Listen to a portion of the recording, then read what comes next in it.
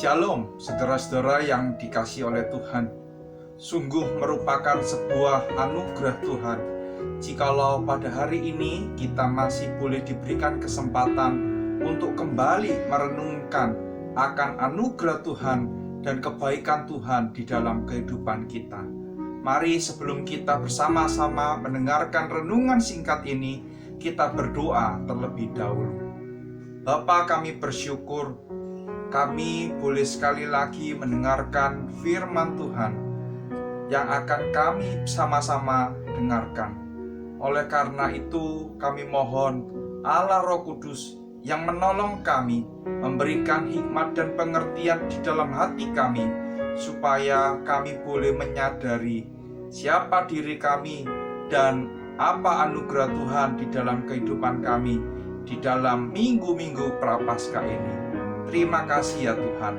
Dengar doa kami, di dalam nama Tuhan Yesus kami berdoa. Amin.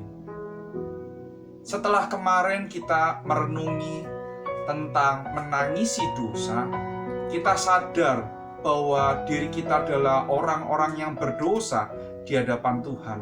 Kita seringkali mendukakan hati Tuhan. Kita melakukan apa yang membuat diri kita senang dan bukan apa yang membuat Tuhan senang. Hari ini kita belajar, adakah sebuah tempat bagi orang-orang berdosa untuk berbalik kepada Tuhan? Adakah tempat bagi orang-orang berdosa untuk kembali berbalik kepada Tuhan? Bapak, Ibu, Saudara yang dikasihi oleh Tuhan, seringkali ketika orang melakukan dosa, orang berkata, bukan ini yang aku lakukan. Aku justru tidak ingin melakukan dosa. Tetapi seringkali dosa itu menawan aku, sehingga aku melakukan apa yang tidak aku mau, apa yang aku tidak kehendaki.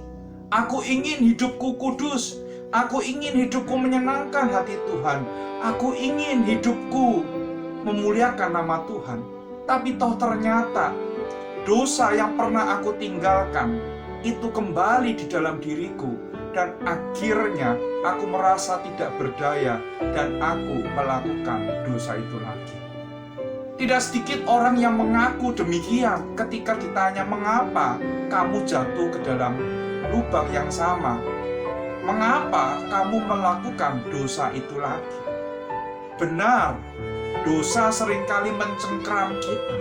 Dosa seringkali menawan kita, sehingga kita tidak punya kuasa seolah-olah, dan akhirnya kita harus kalah dan kita tunduk di bawah dosa itu lagi. Tetapi di dalam minggu-minggu Prapaskah ini, khususnya hari ini, kita merenungkan sebuah kebenaran. Ada sebuah tempat di mana engkau yang seringkali diperdaya, ditawan oleh dosa, itu bisa datang dan mendapatkan kelegaan, bahkan kebebasan. Sebuah tempat di mana dosa tidak lagi menguasai karena dosa telah dikalahkan. Dan tempat itu adalah di bawah naungan salib Tuhan Yesus. Kalau kita belajar firman Tuhan, maka kita akan tahu bahwa di salib itulah, di salib yang ada di Bukit Golgota, Tuhan kita telah disalibkan. Di kayu salib itulah Tuhan mempertaruhkan nyawanya bagi pengampunan dosa kita. Di salib itulah relasi kita dengan Allah kembali diperdamaikan.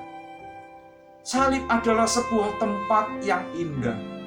Salib adalah sebuah tempat di mana kita bisa kembali lagi kepada Tuhan, memohon kemurahan Tuhan, supaya kita yang masih hidup tertawan oleh dosa ini, sekali lagi boleh mendapatkan kemurahan dan kasih karunia dari Allah. Ketika orang berdosa tidak menyadari bahwa ada kemurahan Tuhan di bawah kayu salib, maka dia akan terus membiarkan dirinya dikuasai oleh dosa itu. Kita harus ingat, saudara-saudara yang dikasihi oleh Tuhan, bahwa setelah kita mengalami penebusan dari Allah, kita dipanggil untuk menjadi anak-anak Allah. Kita dipanggil untuk memiliki hidup yang berbeda dengan orang lain.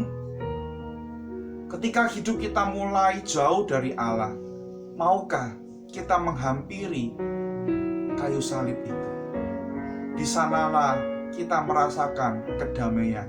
Di sanalah kita merasakan kemenangan, sama seperti Kristus yang telah menang atas kuasa dosa, kuasa maut. Demikian pula kita akan dimampukan untuk mengalami kemenangan demi kemenangan di dalam Kristus Yesus.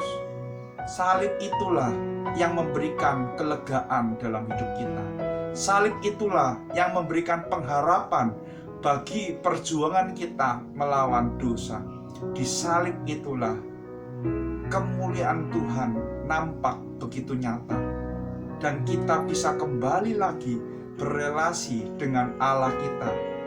Kita bisa berelasi lagi dengan Bapa kita.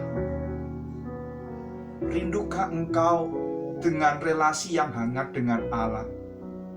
Jikalau engkau rindu, mari datang kepada salib Kristus. Seringkali dosa menuduh engkau dengan mengatakan engkau tidak layak, engkau sudah rusak. Buat apa engkau datang kembali lagi kepada salib itu? Engkau menjadi anak buahku saja, hidup yang dikuasai oleh dosa. Jangan termakan oleh tipu daya dari dosa. Mari kita dengan penuh keberanian, dengan kerendahan hati dan hati yang hancur, datang kepada Tuhan dan memandang salib Kristus, karena di sanalah kita akan mendapatkan kemenangan demi kemenangan. Maukah kita dengan rendah hati membawa hati kita yang hancur karena kita melakukan banyak hal yang mendukakan hati Allah? Kita datang kepada Tuhan, memohon sekali lagi pengampunan yang daripada Tuhan. Di salib itulah kita mengalami pendamaian. Di salib itulah kita mengalami pembenaran. Kiranya Tuhan menolong dan memberkati kita, memberikan keberanian kepada kita untuk sekali lagi datang dan memandang kepada salib Kristus yang memberikan kita kemenangan. Kiranya Tuhan memberkati setiap kita. Mari kita berdoa. Terima kasih ya Tuhan untuk renungan singkat yang sekali lagi mengingatkan kami. Sekalipun kami telah melakukan banyak dosa dan kesalahan, Tuhan tidak pernah membuang kami, tetapi justru Tuhan menunggu kami. Dan di salib itulah kami boleh melihat bagaimana dosa telah dikalahkan, kuasa maut telah dipatahkan. Dan hari ini ya Tuhan, tolong berikan kami keberanian, kerendahan hati untuk datang, membawa hati kami yang hancur karena kami terus-menerus mendukakan hati Tuhan, untuk mohon kepada Tuhan pengampunan yang daripada Tuhan. Biarlah melalui Minggu Prapaskah kami diingatkan siapa kami dan apa adalah Tuhan yang boleh kami alami di dalam kehidupan kami. Terima kasih ya Tuhan, berkati kami, sertai kami. Dalam nama Tuhan Yesus kami telah berdoa. Amin.